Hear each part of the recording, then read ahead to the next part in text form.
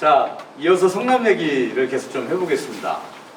아까 이제 주시태 실장께서 성남의 인구가 줄어들고 있는 문제를 지적해 주셨는데요. 네. 그 이제 성남과 같은 시기에 입주가 시작된 이제 일기 신도시들이 몇 개 더 있지 않습니까? 그 대표적으로 뭐 일산 이런 데가 있는데 이런 도시들과 비교를 해서 한번 설명을 해주십시오. 예. 일단 제가 여러 번 말씀드려서 이제 아시는 분도 좀 있으실 것 같아요. 우리나라에는 229개의 시군구가 있는데 그 중에 31개의 경기도 시군구가 있고 원래는 성남이 4등이었습니다. 아시다시피 이제 수원 1등, 고양 2등, 용인 3등. 그리고 얼마 전까지만 해도 성남이 4등이었는데 최근에 역전당했어요. 화성에. 그래서 2023년 4월 기준으로는 인구수가 뒤바뀝니다. 화성에 밀렸어요? 네, 밀렸습니다. 굉장히 좀 가슴이 성남 입장에서는 좀 아프죠. 이거. 근데 이제 지난번에 용인편 할 때도 저희가 이제 100만 도시에 대해서 여러 번 얘기를 드렸잖아요. 100만이라는 특례시. 게 특례시라는 의미도 있지만 그 전부터도 100만이 가지는 어떤 상징성이 있고 그래서 성남이 2010년도와 2013년도에 98만 명까지 증가합니다. 그러니까 100만이 약간 2% 부족했던 거예요. 그러니까 얼마나 아쉽겠어. 좀만 들어가면 매달권인데. 그리고 네. 실제로 그때 그 특례시 입법을 이렇게 막 압박하던 시들이 이제 뭐 용인 그리고 뭐 창원 고양 수원 이렇게 할 때 그 중에 성남시도 있었어요. 그렇죠. 왜냐하면 뭐 조금 더 시간이 지나면 될 거니까, 금방 될 것 같으니까. 100만을 돌파하게 생겼으니. 네. 근데 그러나 이제 성남만 빠진 거죠. 맞습니다. 결국은. 네. 그러더니 2016년도에 이제 피크를 찍고 내려오기 시작한 거죠. 그런데 이제 100만을 찍어야 되는데 마음은 급한데 오히려 93만, 91만 이렇게 내려오고 있는 거예요. 그런데 이게 잘 뜯어보면 고양과 용인과는 사실 양상이 좀 다릅니다. 고양시 덕양구를 보면 그 차이점이 명확하게 드러난다. 이렇게 말씀드릴 수 있을 것 같은데요. 고양시에서도 일산 신도시가 아닌 지역이 이제 덕양구가 있었던 겁니다. 네. 근데 이제 덕양구는 96년도에 인구가 30만 명이었는데 지금은 50만 명으로 늘어났습니다. 그래요? 일산 신도시가 아닌데도 50만 명으로 늘어나는 거예요. 그래서 성남시에서 수정구 중원구의 인구가 계속 줄어들었던 거에 비하면 굉장히 좀 대비가 되죠. 이게 의도한 것인지 아닌지 저는 잘 모르겠습니다만 이제 연간 1조 원이 넘는다는 우리나라에서 가장 크다는 그 대형 상업시설 스타필드 고양점의 위치가 이제 덕양구입니다. 그러니까 이제 일산에는 뭐 백화점도 있고 대형 병원도 잘 지어놨고 여러 가지 사회 인프라 지어줬으니까 이런 대형 쇼핑 시설은 이제 덕양구에 하나 지어주자. 그래서 약간 좀 이제 분배를 하자. 이런 식의 전략이 있지 않았나 이런 생각이 들고요. 근데 반면에 아까 말씀 나왔던 이제 현대백화점, 판교점 여기도 거의 그 신세계의 스타필드와 현대백화점은 굉장히 이제 양대 거대한 어떤 쇼핑 시설인데 그렇죠. 이게 어디 있는지를 보시면 아시다시피 판교역 바로 근처 분당구에 있단 말이죠. 거기 AK 플라자하고도 거리도 얼마 안 돼요? 맞습니다. 그러니 고양시는 이런 대형 쇼핑 시설을 덕양구, 일산이 아닌 다른 지역에 짓는 전략을 선택한 거고 분산을 시켰다면 그렇죠. 이제 성남시는 집접화시켰군요. 그렇죠. 좀 더 이제 분당구에다가 몰아주자 이런 전략이 아니었나 이런 생각이 들고요. 만약 이 시설을 수장구나 중원구로 좀 분산시켰다면 지금보다는 조금 더 낫지 않았을까 이런 생각도 해보기도 합니다. 굉장히 중요한 지점을 설명해 주셨습니다. 이런 지역 내의 불균형 문제가 숫자로도 이렇게 드러납니까? 예, 제가 말씀드린 이제 인구 같은 경우는 결과죠. 사실 어떻게 살기 힘들어지니까 나가는 거 유출이 되는 거니까 원인이 무엇일까를 좀 고민을 하다가 이번에 저희가 이제 만들어 놓은 킹메이커 시스템을 통해서 아주 직접적인 변수를 하나 뽑았습니다. 그게 이제 소득 수준인데요. 소득 수준. 그래서 이제 성남시에 있는 행정동이 3개 구에 50개 행정동이 있습니다. 분당구에 22개, 수정구에 17개, 중원구에 11개. 이 50개 행정동별로 평균 소득 수준을 쭉 이제 순위를 세운 거예요. 그래서 이제 50개를 1등부터 50등까지 봤더니 상위 1위부터 16위까지가 다 분당구입니다. 여기에는 순회동, 정자동, 판교동, 서현동, 백현동, 야탑동, 임해동 골고루 다 들어가 있어요. 16위 안에. 네. 그러다가 이제 17위가 등장하는데 수정구의 위례동. 위례 신도시니까 사실은 위례는 이제 수정구의 본거지라고 보기에는 이제 약간 신도시 쪽에 붙어 있는 거죠. 앞서 말씀드렸잖아요. 네. 위례 삽니다. 그렇죠. 이거 완전 수정이라고 네. 보기에는 좀 말하기 좀 그렇고 그러다가 다시 이제 18등, 19등이 또 분당. 그러다가 20등이 뭐가 나오냐면 수정구 고등동이 나오는데 고등동 위치가 또 어디냐면 판교 바로 윗지역입니다. 그렇죠. 역시 여기도 수정구의 본거지라고 보기는 힘들어요. 약간 미니 신도시일걸요? 네. 그쪽이? 그리고 나서 다시 또 분당구.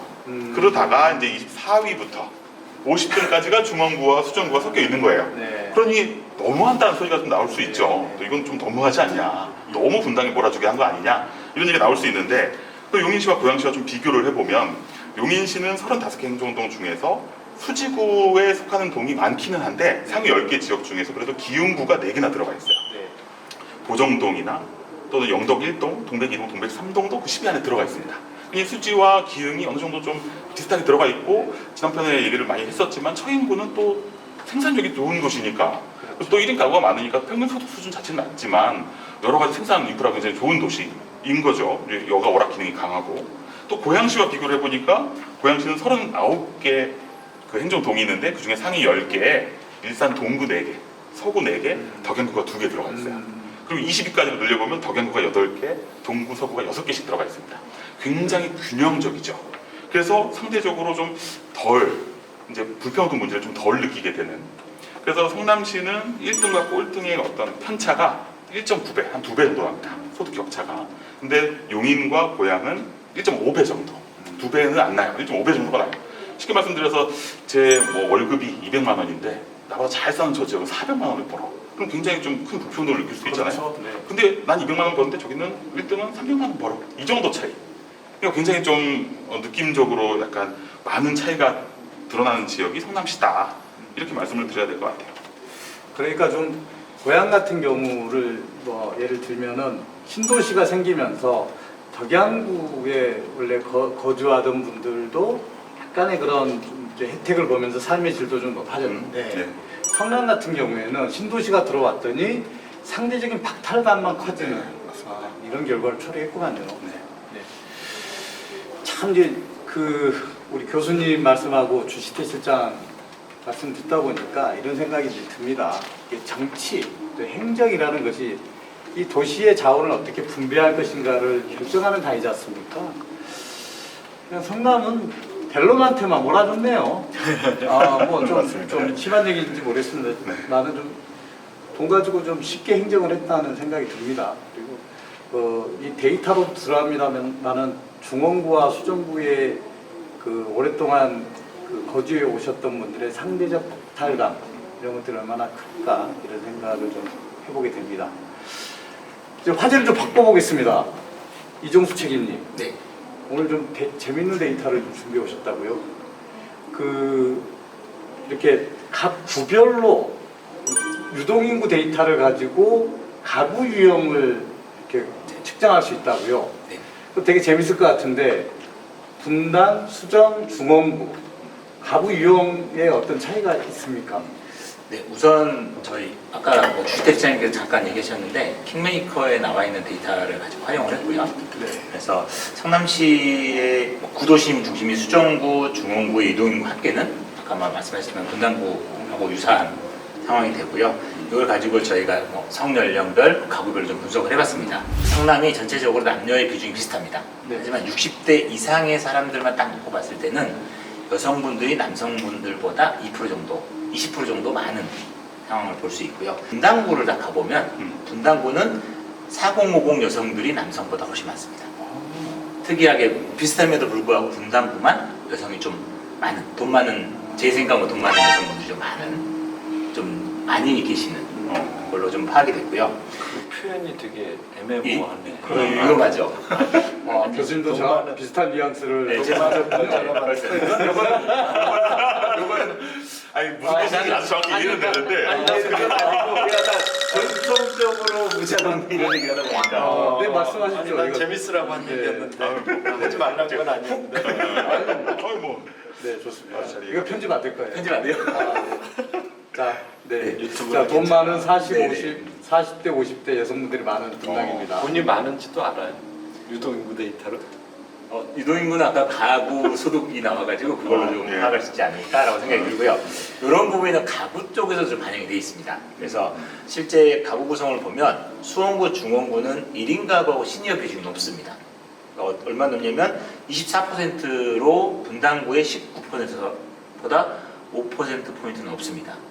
나이 드신 분들이 구도심에 많이 사신다는 건가요? 네. 수정과 중원에 나이 드신 분들이 더 많이 산다. 아까는 4050 여성분들이 분당에 많이 있는 반면에 저희가 시니어라고 부르시는 분들은 70세 이상, 그리고 70세 이상이거나 70대 미만의 1인 가구, 네. 이런 분들이 수정구하고 중원구에 좀 더 많이 산다. 그러니까 독거노인이라고 봐야 되죠. 저는 그렇게 표현하지 않았습니다. 네. 이거 혼자 사시는 예, 맞습니다. 노인 인구가 많다. 네네네. 수정 중원에. 네네.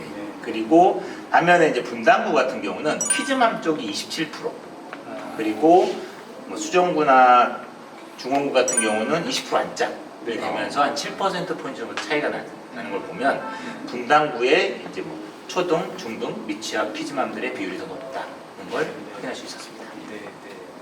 그러니까 생산 연령대가 주로 상대적으로 분당에 더 많이 거주하고 이제 고령, 특히 이제 혼자 사시는 고령 인구가 상대적으로 중원이나 수정에 더 많이 계시는 걸로 이렇게 확인됐다는 거죠. 네, 알겠습니다. 그리고 그 LGU 플러스 데이터를 이용하면은 TV 시청률을 측정할 수 있다면서요? 네네네. 예, 그래서 분당 사람, 수정구에 사시는 분, 뭐 중원구에 사시는 분들에 따라서 주로 시청하는 TV 프로그램의 차이가 있습니까? 저희가 그 TV 관련해서 뉴스 시청자 수와 뉴스 시청 시간에 대한 데이터들을 이번에 만들어놨고요. 네. 그래서 실제 22년도에 얼마나 많은 변화가 있었는지를 한번 이제 쭉 뉴스 해봤습니다. 시청자들만. 네. 네, 딱 2번 정도 두드러지게 변화가 있었습니다. 첫 번째는 아마 다 아시는 것처럼 대선, 3월 대선. 이 2월과 3월 두 달에 걸쳐서 꽤 많은 변화, 그러니까 10% 정도의 전체적인 뉴스의 상승률을 이뤄냈고요. 반면에 이제 6월 달에는 지방선거 영향을 받아서 6월에 늘어났는데, 요거는 지상파 3개, 지상파 4만 조금만 올라가는 그런 형태로 변화가 있었고, 기본적인 추세는 모든 채널이나 시간들이 유사하게 보이는 부분이 있었고요. 그리고 시청 시간을 보면 그 여러 뉴스 채널들이 있는데 네. YTN, 연합, KBS가 압도적으로 높은 걸로 나왔습니다. 세 지역 다 공이 그렇다는 동이 다 겁니다. 높다고 나왔고요. 그러니까 근데 특이한 점은 2, 3월의 시청 시간 자체가 네. 아까 시청자 수에 대한 얘기였고요. 시청 시간 자체가 2, 3월 달에는 다른 때에 비해서 30, 40% 정도 높은. 네. 그래서 그때 대선 관련돼 있는 토론도 많이 하고 뉴스도 많이 작년 하고. 얘기하는가요? 예. 책임님, 대선 때 되면 사람들이 뉴스를 많이 보는 건 당연한 거 아닙니까? 근데 얼마나 많이 보는지 모르는데 30, 40% 정도 그게 이상 평균보다. 데이터로 증명이 됐다. 예. 이렇게 이해하시면 되겠습니다. 근데 이제 6월 달에도 많이 볼 거라고 저는 생각하고 네. 많이 보겠지라고 했는데 실제로 6월 달에는 거의 그렇게 많이 늘어나지 않고, 그러니까 지상파 3, 4만 늘어나고요. 나머지 그 채널들은 안 늘어나더라고요. 동일한 현상을 가지고 있었어요. 동일한 패턴을 가지고 있었다. 그리고 지역별로 보면 좀 특이한 거는 네. 중원구가 KBS하고 YTN의 시청 시간이 압도적으로 높습니다. 아마 시청 시간에 한만 봤을 때는 분당과 비슷한 시간의 합이 나오고요. 네. 그래서 다른 지역보다 조금 더 많다. 그리고 상대적으로 YTN과 KBS 시청자들이 중원구가 더 많다. 네네, 시청 시간이 많습니다. 시청자는 비슷한데 네. 시청 시간이 많고, 특히 일평균에 보는 시간 자체가 분당구보다 훨씬 많은 20%도 많은 형태를 띠고 있어서 그게 좀 특이한 점으로 나타났습니다. 네. 자, 오늘 성남을 데이터를 통해서 이렇게 저렇게 좀 살펴봤습니다. 결국 인구도 그렇고 그 지역의 경제도 그렇고 뭐 여러모로 보나 결국 귀결되는 게 불균형으로 귀결이 되는 것 같아요. 자, 그렇다면 우리가 이제 이렇게 문제의식만 공유하고 끝나면 또 재미가 없지 않습니까? 우리 데이터쟁이들이 생각하는 이걸 해결할 수 있는 내 나름의 솔루션은 이거다. 이렇게 하나씩 아이디어를 내주시고 마무리 짓도록 하겠습니다. 예, 일단 제가 먼저 말씀을 드리면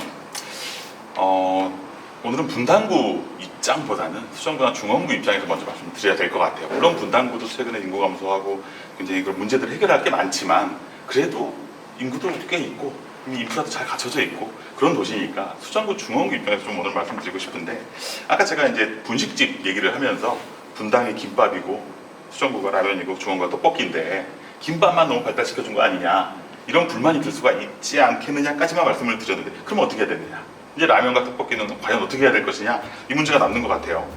그런데 제 생각에는 지금까지는 너무 수동적이지 않았느냐, 그래서 분식집 사장님이 나도 개발해 주기를 너무 기다리지 않았느냐. 예를 들면 참치 김밥도 있고 불고기 김밥도 있고 뭐 치즈 김밥도 있으면 치즈 정도는 가져올 수 있는 거 아니냐. 왜냐면 치즈 라면을 만들 수도 있고 치즈 떡볶이를 만들 수도 있잖아요.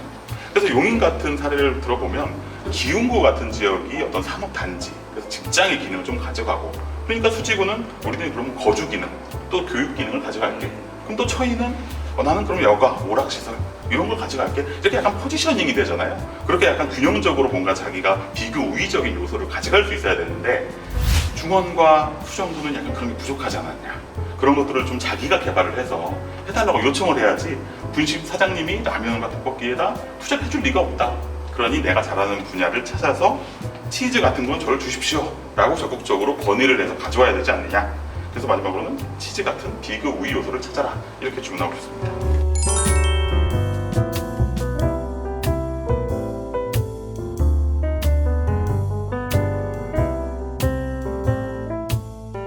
예, 저는 이런 말씀을 드리고 싶어요. 사실은 이걸 이제 행정적, 정치적으로 뭔가 이게 공급자적 관점으로 접근하는 분들이 있고, 우리 여기서 살고 있는 사람들은 소비자적 관점이에요. 근데 사실은 그동안 모든 것들이 이 공급자적 관점으로 의사결정이 이루어졌다고 저는 보여집니다. 그러다 보니까 우리가 얘기하고 있는 머천다이징, 즉 포트폴리오, 이 산업적인 균형을 고르게 좀 펼쳐놓을 수 있는 게 이루어졌어야 되는데 그게 한쪽으로 몰렸다는 거거든요. 그런데 이거는 사실은 행정이나 정치적인 분들은 저라도 그렇게 할 것 같아요. 사실은 제가 그 위치에 간다면. 근데 그걸 균형을 만들려면 이 소비자적, 즉 시민들이 이거에 대한 이런 정확한 데이터를 가지고 강력하게 주장하고 커뮤니케이션 하는 게 저는 이 어떤 양극화를 해결하는 가장 큰 중요한 요소가 아닐까, 이런 생각을 가지고 있습니다.